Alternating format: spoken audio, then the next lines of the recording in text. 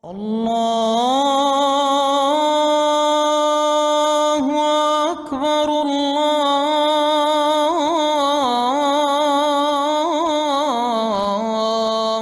أكبر. Bismillahirrahmanirrahim.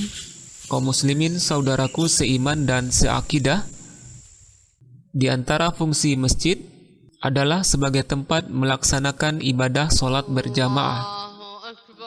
Kalau kita perhatikan, sholat berjamaah adalah merupakan salah satu ajaran Islam yang pokok. Ajaran Rasulullah SAW tentang sholat berjamaah merupakan perintah yang benar-benar ditekankan kepada kaum muslimin. Namun, masjid bukanlah hanya tempat untuk melaksanakan sholat saja.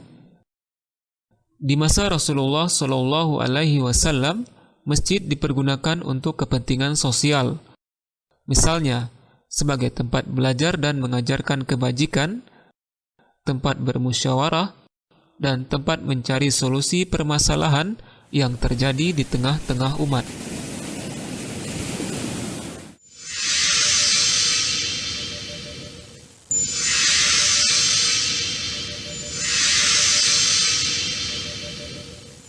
Surau Kito.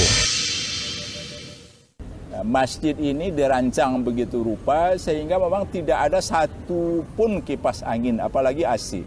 Kiri, kanan, muka, belakang terbuka sehingga sirkulasi udara itu betul-betul berputar. Dan itu nyaman sekali. Gitu. Pada yang dari Bukit Tinggi, Padang Panjang, khusus untuk sholat Jumat saja datang ke sini. Nah, itulah yang Masjid Raya Sumatera Barat.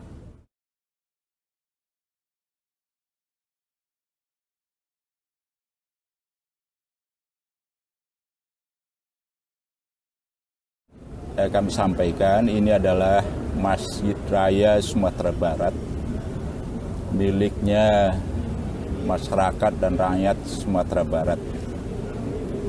Masjid Raya Sumatera Barat itu dibangun oleh pemerintah daerah Sumatera Barat dan pemerintah kabupaten kota. Jadi ini memang mencerminkan bahwa ini adalah masjid kebanggaan rakyat Sumatera Barat.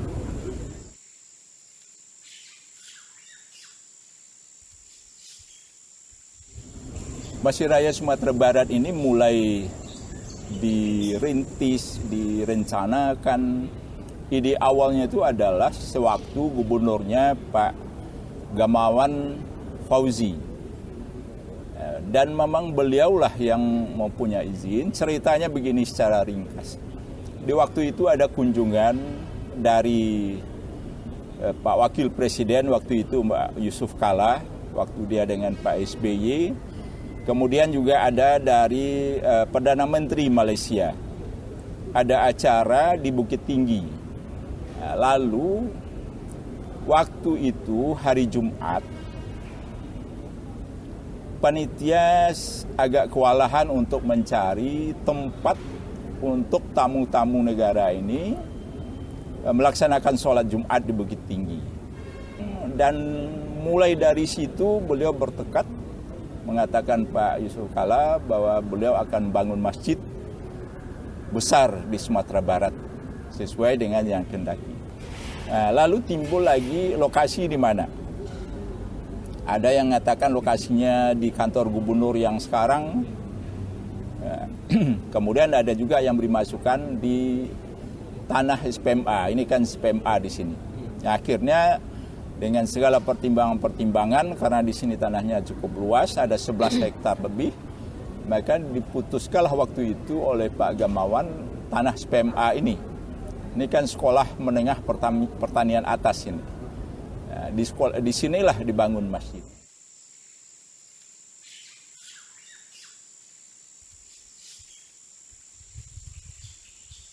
Masjid Raya Sumatera Barat itu di bawah dikelola atau di bawah kendali pemerintah daerah Sumatera Barat. Jadi kita pengurus itu SK-nya itu adalah dari Pak Gubernur Sumatera Barat gitu.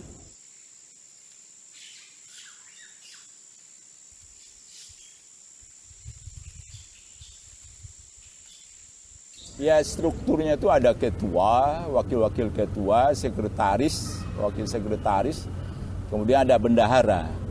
Nah, bendahara ini memang bendaharanya di Biro Binsos gitu. Kemudian ada di bawahnya itu ada bidang humas, ada bidang pendidikan, bidang dakwah dan sebagainya itu. Nah, jadi ada beberapa bidang di bawah itu gitu. Dan itu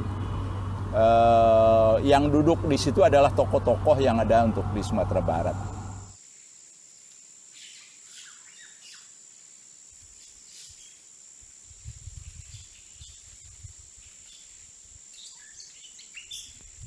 Rapat itu kita belum tentukan betul rapat bulanan dan sebagainya itu, tapi sewaktu-waktu ada apa itu kita rapat. Misalnya sekarang kan menghadapi bulan puasa, itu kita pengurus rapat gitu. Dan baru-baru ini juga kita rapat ya. Jadi rapat itu sering gitu. Cuma tidak dinamakan rapat bulanan atau rapat harian apa enggak. Nah, di samping itu di sini masjid kan belum punya kantor juga. Karena prosesnya itu masih dalam pengerjaan itu. Jadi kita sudah ada disediakan lokasi kantor, tapi kita belum bisa tempati karena kondisinya seperti tadi itu. Nah, jadi kantor masjid ini masih di Biro Binsos, kantor gubernur gitu.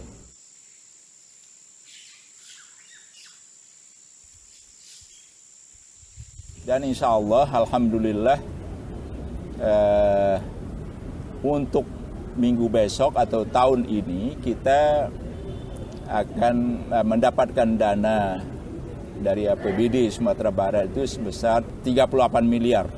Jadi dengan demikian harapan kita di lantai 1 ini itu sudah selesai pembangun masjid, kecuali masih ada di depan kiri dan kanan sedikit lagi, dan itu belum masuk yang 38 miliar yang sekarang. Sementara itu juga kita mendapatkan bantuan dana. Pertama itu dari Provinsi Papua, hibah. Itu sebesar 5 miliar. Kemudian bantuan hibah juga dari Pemda Jawa Barat 7,5 miliar. Lalu dari Pemda Aceh sebesar 10 miliar. Jadi ada 22,5 miliar bantuan untuk Masjid Raya Sumatera Barat ini. Dan itu pun akan dilaksanakan pembangunannya untuk di lantai 1. Tapi barangkali kita berusaha agar masjid tidak tutup. Mungkin selesai dulu yang di lantai 1 ini di atas, baru nanti mungkin di lantai dasar dikerjakan, dimanfaatkan dana yang 22,5 miliar itu, sehingga masjid tidak tutup. Tapi kalau memang dari Pemda itu anggaran itu harus dipakai juga tahun ini, itu barangkali solusi ini yang mungkin jadi masalah.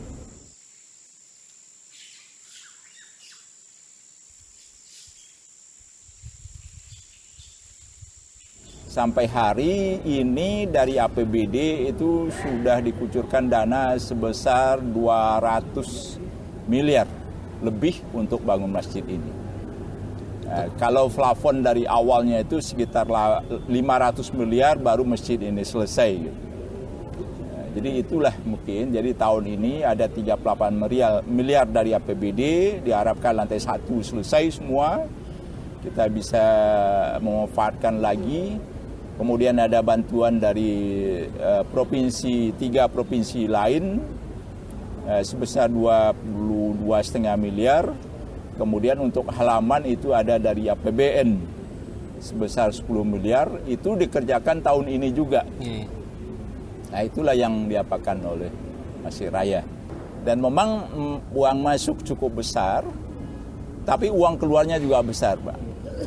Biayanya besar gitu. Untuk air kita masih dibeli dengan mobil di pump karena kita belum punya pompa. Listrik saja itu sampai 7 juta satu bulan. Apalagi kalau bulan puasa itu lebih lagi, karena semalaman tuh pakai lampu gitu. Karena untuk itikaf itu kan sampai subuh. Nah, itu. Jadi biayanya juga besar gitu.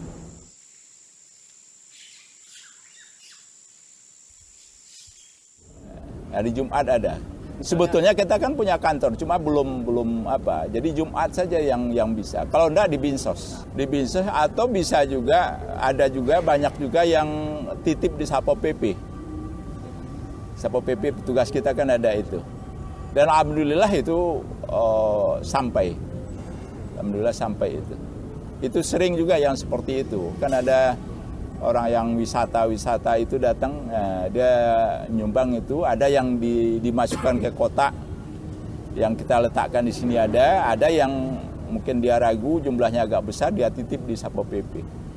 Itu alhamdulillah sampai.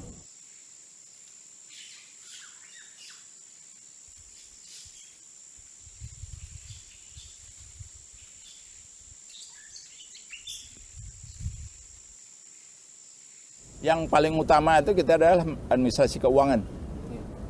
Keuangan itu sangat, dan kita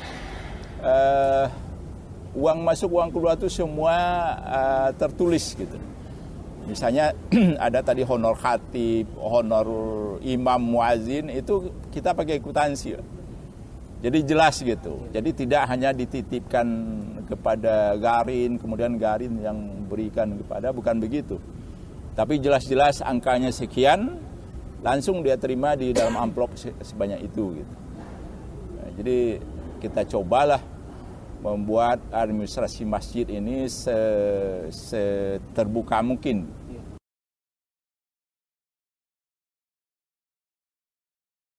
Prinsip kita di sini adalah kita seperti yang pelaksana sholat Jumat, itu ada 3 unsur. Pertama khatib, kedua imam, ketiga muazin. Ketiga-tiganya itu kita berusaha mencarikan orang-orang yang betul-betul profesional lah tentang itu. Artinya yang betul-betul punya kemampuan. Pokoknya yang terbaik lah yang kita usahakan untuk Sumatera Barat. Begitu juga imam. Kita ngambil imam yang hafiz, bacaannya bagus dan apa, dan itu memang menjadi daya tarik selama ini di sini. Begitu juga muazin. Nah, jadi dari masukan dari jamaah yang menyebabkan mereka datang dari jauh-jauh, ada yang dari Bukit Tinggi, Padang Panjang, khusus untuk sholat Jumat saja datang ke sini. Nah, itu katanya itu diantara. Karena selain itu juga masjid ini kan nyaman. Masjid ini dirancang begitu rupa sehingga memang tidak ada satu pun kipas angin, apalagi AC. Nah, di sini barangkali suatu contoh juga bagi pengurus masjid yang lain untuk membangun masjid. Anda kata ingin membangun itu yang seperti ini, artinya terbuka dari segala unsur, kiri kanan muka belakang terbuka, sehingga sirkulasi udara itu betul-betul berputar. Dan itu nyaman sekali gitu. Nah, jadi kan biaya masjid juga berkurang dengan tidak ada AC dan kipas angin. Kalau sekarang kan banyak masjid yang bagus-bagus karena di dindingnya itu keramik semua, akhirnya dipakai AC. Nah, padahal itu kan biaya cukup tinggi dengan ada seperti itu. Nah, itulah yang Masjid Raya Sumatera Barat. Nah, kemudian di sini juga ada yang istimewanya itu menurut jamaah dan menurut saya juga, itu tikar. Tikar ini adalah bantuan dari Turki. Kalau dirupiahkan itu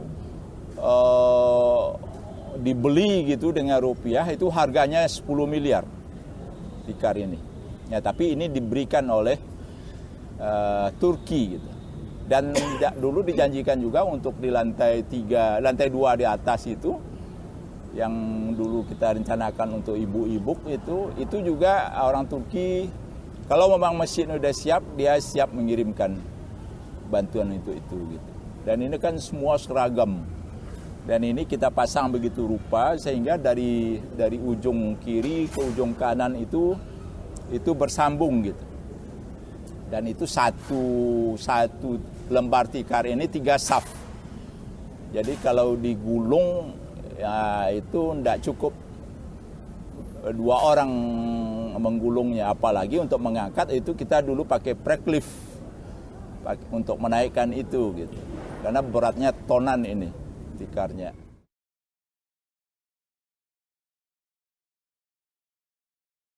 Itu yang kita berikan di samping mereka menerima honor sesuai dengan UMR, suatu tempat tinggal. Kalau air segala kan memang udah bebas mereka. Jadi semua petugas kita ini sesuai dengan UMR-nya. Jadi untuk kebersihan juga begitu. Ya Garin pokoknya mereka harus menyiapkan segala sesuatu untuk pelaksanaan sholat 5 waktu dan sholat Jumat.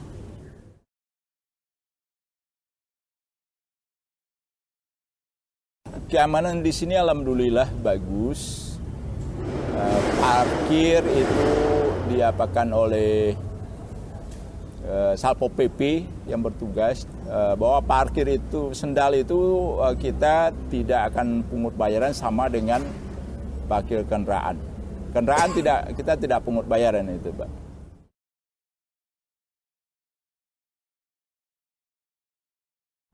Masjid ini buka 24 jam. Apa saja yang boleh mengisi? 24 jam dibuka.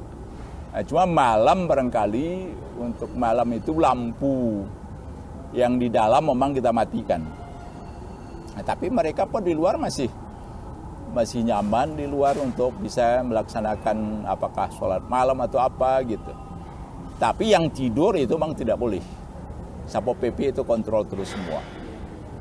Tidak boleh tidur. Siang pun tidak boleh tidur di tikar. Kalau bergolek-golek itu sih boleh. So tikar ini nggak bisa dicuci, Pak.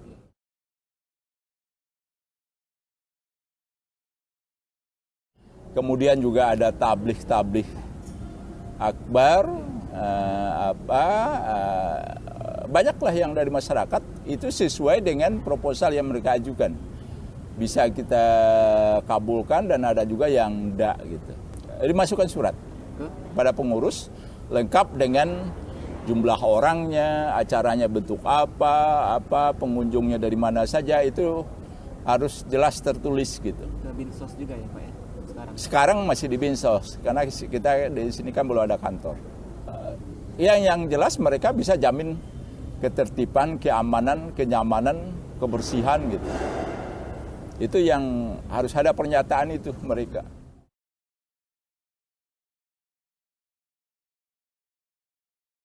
Dan baru 2 tahun belakangan ini masjid ini untuk sementara dipakai untuk kegiatan sholat Jumat, sholat 5 waktu, dan 2 kali di bulan Ramadan untuk sholat tarawih dan witir. Kemudian kegiatan lainnya di bulan Ramadan. Kemudian seperti bulan puasa, itu kita buat buka puasa, kegiatan buka puasa di sini.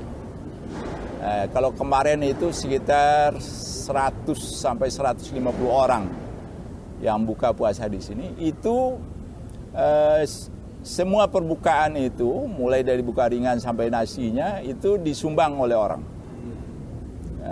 Kita hanya menyampaikan pada jamaah bahwa kita akan melaksanakan buka puasa dan itu dimintakan partisipasi dari jemaah.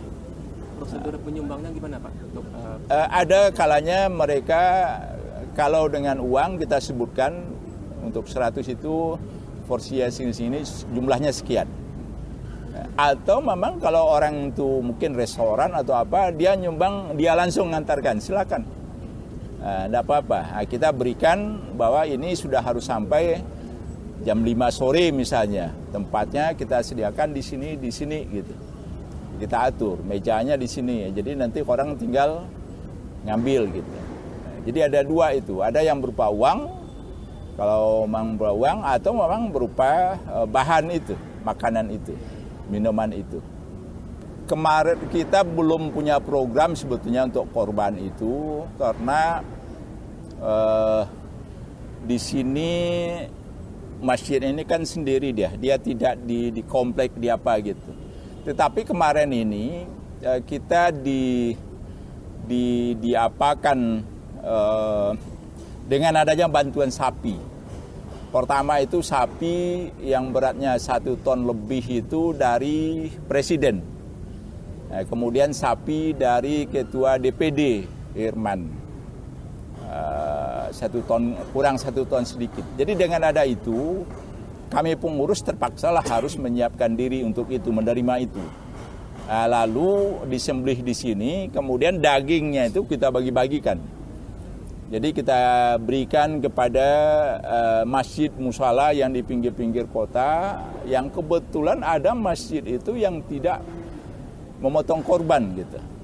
Atau ada juga daerah apanya itu kompleknya itu ramai, tapi dia potong korban hanya 1 gitu, jadi kurang.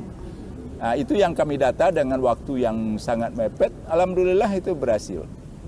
Mereka yang jemput dagingnya ke sini. Sehingga daging sapi 2 ekor yang besar-besar itu alhamdulillah habis gitu. Ya waktu itu memang karena waktunya pendek kita data. Kita cari keliling ke daerah-daerah gitu. Kan kita juga dapat informasi sebelumnya bahwa di pinggir kota itu, Bapingko itu banyak sekali yang jamaah-jamaah masjid itu yang tidak korban dia. Tidak ada penyembelihan hewan korban di masjidnya gitu.